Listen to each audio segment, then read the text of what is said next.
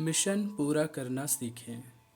Rowan को बुलाया गया और उसे वह पत्र दे दिया गया जो उसे गार्शिया तक पहुंचाना था। यह उसका मिशन था। रोवन नाम के इस आदमी ने यह पत्र लिया, उसे मोम जामे के थैले में बंद किया, इसे अपने दिल के ऊपर बांधा। 4 दिनों तक एक खुली नाव में सफ़र किया और रात के अंधेरे में क्यूबा के तट पर पहुंचा। फिर वह जंगल में गायब हुआ और 3 सप्ताह में टापू के दूसरे हिस्से पर पहुंचा। मैं आपको रोवन की वीर गाथा या कष्ट कथा विस्तार से नहीं सुनाऊंगा। यह बहुत रोचक और रोमांचक कहानी है, लेकिन यहाँ पर यह नहीं बताऊंगा कि रोवन एक शत्रु देश में इस छोर से उस छोर तक पैदल कैसे पहुंचा और कैसे उसने वह पत्र गार्शिया को सौंपा। ये सब बातें मैं आपको विस्तार से नहीं बताना चाहता हूँ। मैं आपको जो बताना चाहता हूँ और जो मुद्दे की बात है वह यह है कि मैकिनली ने रोवन को एक पत्र दिया जो उसे गार्शिया तक पहुंचाना था। यह उसका मिशन था और उसे यह काम सफलतापूर्वक करना था। रोवन ने उस पत्र को लेते समय यह नहीं पूछा वह कहाँ पर है। उसने यह नहीं पूछा मैं उसे ढूंढूंगा कैसे। उसने यह नहीं पूछा अगर दुश्मनों ने मुझे पकड़ लिया तो क्या होगा। उसने यह नहीं पूछा मैं यहाँ सुख चैन की ज़िंदगी जी रहा हूँ, मैं इतना खतरनाक काम करने के लिए अपनी जान जोखिम में क्यों डालूं। उसने यह नहीं पूछा अगर मैं इतना मुश्किल काम कर देता हूँ तो बदले में मुझे क्या पुरस्कार मिलेगा। उसने यह भी नहीं पूछा जो ज़्यादातर लोग पूछते हैं, यह काम मैं ही क्यों करूं? आप यह काम किसी और को क्यों नहीं सौंपते? उसने एक भी मूर्खतापूर्ण सवाल नहीं पूछा। उसने बस अपने मिशन पर ध्यान केंद्रित किया।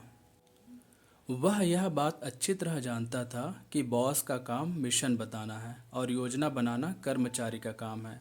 कौन सा काम करना है यह बॉस बताएगा। उस काम को कैसे फटाफट और अच्छी तरह करना है यह सोचना कर्मचारी का काम है।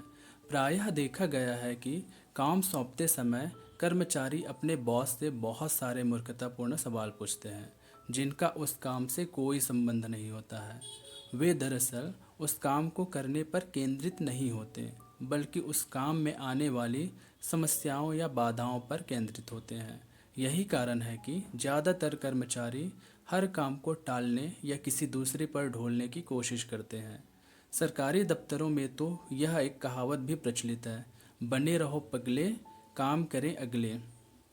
यानी अगर आप खराब काम करने की छवि बना लेते हैं तो बॉस आपसे कोई काम करने को कहेगा ही नहीं और किसी दूसरे से काम कराएगा जिसकी अच्छा काम करने की छवि होगी। यह सरकारी दफ्तरों में तो चल सकता है, लेकिन बाकी जगह नहीं चल सकता है। जब कोई करो या मरो वाला काम आता है तभी सबसे प्रतिभाशाली और योग्य कर्मचारी की पहचान होती है और सबसे ज़्यादा पुरस्कार भी उसी को मिलते हैं। याद रहे, जब अमेरिका के राष्ट्रपति को गार्शिया तक पत्र पहुंचाना था तो अमेरिका में लाखों कर्मचारी थे, लेकिन किसी दूसरे कर्मचारी ने उनकी तत्परता से, उतने आत्मविश्वास से, उतनी उपाय कुशलता से उस काम का बीड़ा नहीं उठाया। रोवन ने बहाने बनाने या हीले हवाले करने या कन्नी काटने या काम चोरी करने या काम टालने की कोई कोशिश नहीं की। काश इस संसार के सारे कर्मचारी ऐसे ही होते। भगवान भला करे। इस आदमी की मूर्ति अमर कांसे में ढालना चाहिए और पूरे देश के हर कॉलेज में लगाना चाहिए। युवाओं को किताबी ज्ञान की ज़रूरत नहीं है, उन्हें भौतिकी या समाजशास्त्र के सिद्धांतों की इतनी ज़रूरत नहीं है जितनी जीवन के सिद्धांतों को जानने की ज़रूरत है। आज का युवा जब नौकरी करने आता है तो वह अपने ज्ञान के गर्व के साथ आता है, उसे बड़े काम करना चाहता है। वह यह भूल जाता है कि जो काम सौंपा गया है उसे ही इतने जतन से करना चाहिए मानो वह संसार का सबसे बड़ा काम हो। आपको कभी पता नहीं होता कि आपका काम कितना महत्वपूर्ण है या वह छोटा सा काम आपको आगे चलकर कितने महत्वपूर्ण जिम्मेदारी की ओर ले जाएगा, या उस काम को सफलतापूर्वक करने के बाद आपको कितना पुरस्कार या अवसर मिलेंगे। आज के युवाओं को विभिन्न विषयों पर कोरा ज्ञान हासिल करने की ज़रूरत नहीं है, उन्हें तो व्यावहारिक ज्ञान की ज़रूरत है, उन्हें तो जीवन के ज्ञान की ज़रूरत है। उन्हें अपनी रीढ़ मजबूत करने की ज़रूरत है, जिसकी बदौलत वे अपने बॉस के विश्वास पर खरे उतरे। काम को अपना धर्म समझें, तुरंत व उत्कृष्ट काम करें, अपनी ऊर्जाओं को केंद्रित करें। यानी कुल मिलाकर वे सब जब भी काम करेंगे, पूरी निष्ठा से काम करेंगे, पूरे दिल से काम करेंगे।